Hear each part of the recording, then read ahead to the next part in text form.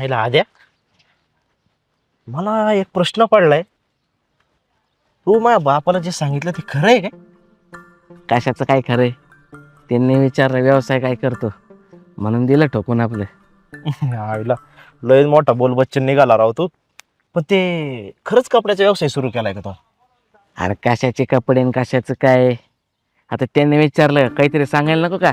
नसतं काही सांगितलं तर इज्जत गेली नसती का माझी तुझ्या बापासमोर? खरंय बर का. पण तू तर काय कामधंद्याला नाही, काय नाही काय नाही.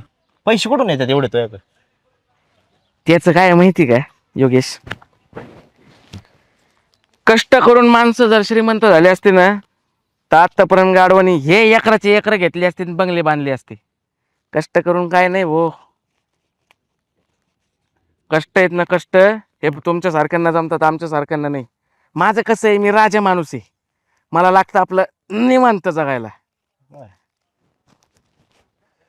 तू बी राजा माणूस होशील बर का. फक्त देवाने जी बुद्धी दिली ना, हा. त्या बुद्धीचा वापर कर. बघ आता, मी उगाच IT इंजिनियर झालो म्हणायचं काय?